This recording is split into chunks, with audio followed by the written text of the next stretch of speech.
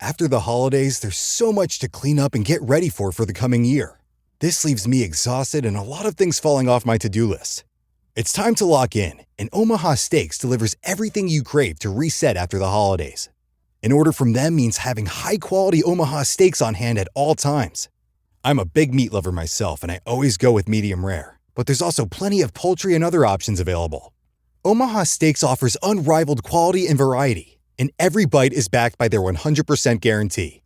A family-owned company with over 100 years of expertise in the meat industry.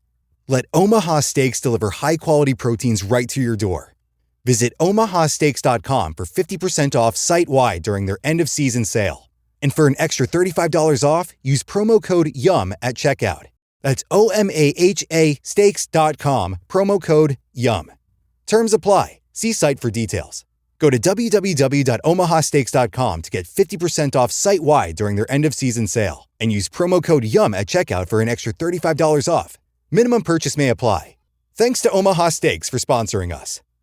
If you're a podcast host, listen up, this one's for you. My name is Allie Jackson. I'm the host of Finding Mr. Height, a dating and relationship podcast that I've been doing for 4 years now, sharing my positive and practical approach to dating that's built on my own life experience. And I wanted to share another experience that I've had, my secret behind monetizing my show. It's called Red Circle, and I was just telling my colleague about how much I love their platform. With Red Circle, not only am I getting a seamless hosting experience, but I also love the support I receive in ad sales. It's not just typical ad sales either. It's targeted opportunities based on my show and my life. And the platform is super simple. You just set your preferences and Red Circle matches you with sponsors that align with your show. You can vet every opportunity and their platform gives you great analytics. More recently too, my Red Circle team has brought me opportunities outside of my podcast on social media to really augment the podcast partnerships, bring them full circle. I just can't recommend them enough. If you want to give it a try, go to redcircle.com to get your free trial. That's redcircle.com for a free trial.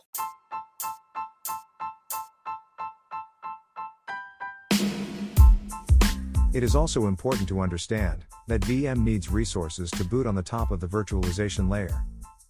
Just like any operating system, VM also needs compute processors, random access memory, or RAM, and storage disks to boot, as well as store the files. Besides this, VM also needs a network to reach outside of the cloud service provider's intranet. Same as physical servers have network interface cards, NIC, virtual machines have virtualized network interface cards, vNIC. Hello, welcome to the next episode of Get Certified Together program by TechnoCoff, your free online knowledge sharing community. Visit our website, www.technocoff.com for more information. In this episode, we will be covering the next section of the CompTIA Security Plus certification exam. Let me start with the last topic of this domain, which also happens to be one of the key areas in today's IT infrastructure. It is cloud security. Cloud security is getting key attention these days, as more and more organizations moving their workloads to the virtualized environment. Various cloud computing service offerings, like Infra as a Service, Platform as a Service, and Software as a Service, are provided by the CSP, or cloud service providers, to the cloud customers. Another important stakeholder in the cloud-based paradigm is cloud service partners, who work with cloud service providers to provide add-on services to existing cloud offerings. It is important to note that cloud-based deployments follows a shared responsibility model, in which cloud security ownership lies on both cloud service providers and cloud customers. Organizations can hire third-party providers to manage their share of cloud security. MSSP, or Managed Security Service Providers, provide security services to any organization which is looking for paid security services. CASB, or Cloud Access Security Brokers, handles security incidents related to the communication between users and the multiple clouds. Now that we have a better idea of various stakeholders in the cloud service model, it is important to understand a few technical terms related to cloud computing itself. First, we need to know our key characteristics of cloud computing, or why any organization should look to move its workload from old monolith data centers to virtualized cloud infrastructures. The first characteristic of cloud computing is on-demand services, that is, services are available to the cloud customers as per the requirement. The second characteristic of cloud computing is elasticity with scalability, that is, resources like CPU, storage, etc. can be added, or removed, on the go. Scalability also covers the spinning of new virtual machines, as and when the need arises. This scaling technique is called horizontal scaling. The third characteristic of cloud computing is resource pooling, that is, underlay hardware resources in the cloud can be shared by multiple tenants, or customers, without impacting the performance of each other's applications. The fourth characteristic of cloud computing is broad network access, that is, access to cloud infrastructure can be provided to customers in the different geographical locations, on the internet, via VPN, or through a direct connection, in the least latency possible of up to few milliseconds. Lastly, the fifth characteristic of cloud computing is measured services, that is, the customer pays only for what they use. There is no need of overpaying for the resources, which were not required in the first place.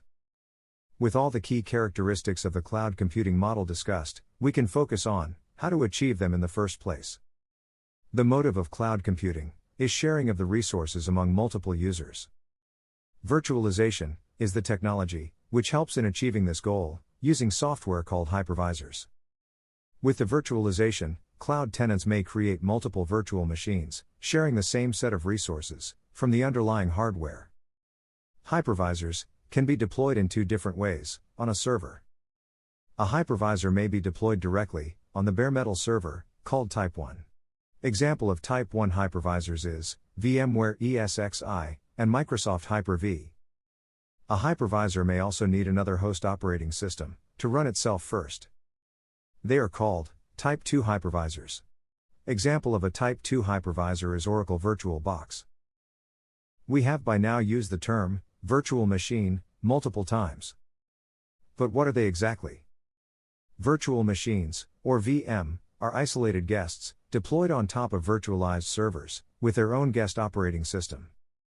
Mostly, cloud customers create and work on these virtual machines, with cloud service providers managing that underlying hardware and virtualization layer.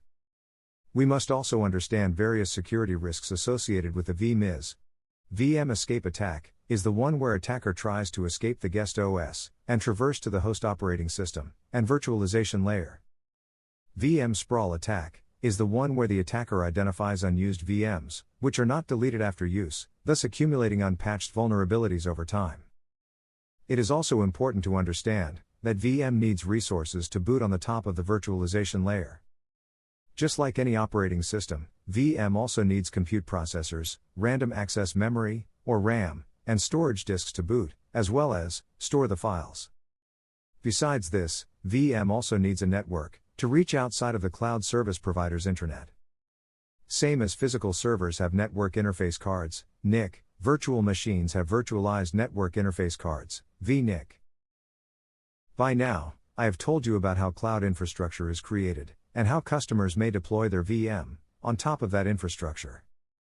However, many times customers may want to save themselves from additional efforts of creating virtual machines before deploying actual applications inside those VM.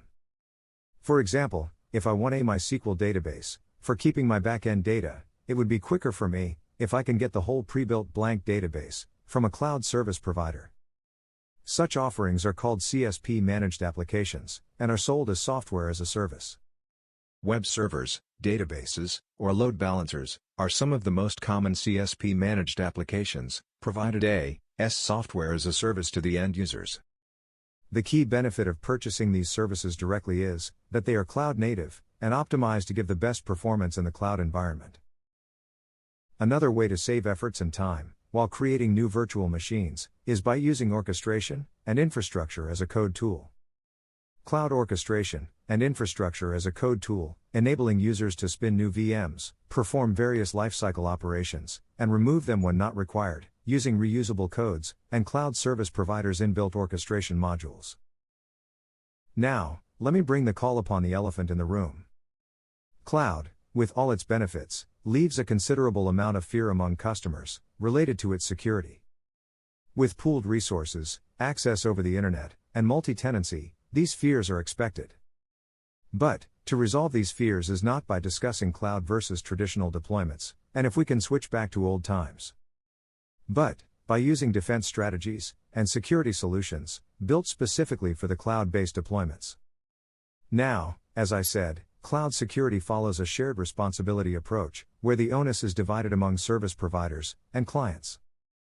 Based on the type of the cloud model, like public cloud, private cloud, or hybrid cloud, and the type of service a customer is using, like infrastructure as a service, platform as a service, and software as service, the scope of the security responsibility shifts among the users and providers. Cloud providers deploy different mechanisms, with defense in-depth approach, to ensure on-premise level security to virtualized workloads. The first level is the security groups, which are created in the cloud as the set of ports, protocols, and IP addresses, which can be attached to any application or VM, to control network access to the application. For additional security, TLS-based encryption is used for the data in transit, while data encryption is used for the data at rest. Virtual firewalls and secure web gateways can be used to further control and monitor traffic going in and out of the cloud. Cloud providers also have an inbuilt identity and access management solution to ensure users with direct access to the cloud environment can perform only those operations for which they are allowed as per policies. Lastly, in the cloud characteristics, we learned about multiple geographically located cloud server sites. This brings a new set of challenges to the end users, which is data sovereignty. Since cloud provides global deployment options, where the user can store data anywhere. Few countries, although, may have rules to bar local data from storing in a different country. Cloud security must cover this aspect and ensure data sovereignty is not compromised. This is under end users' responsibility to carefully choose their data storage location to avoid breaches in compliance.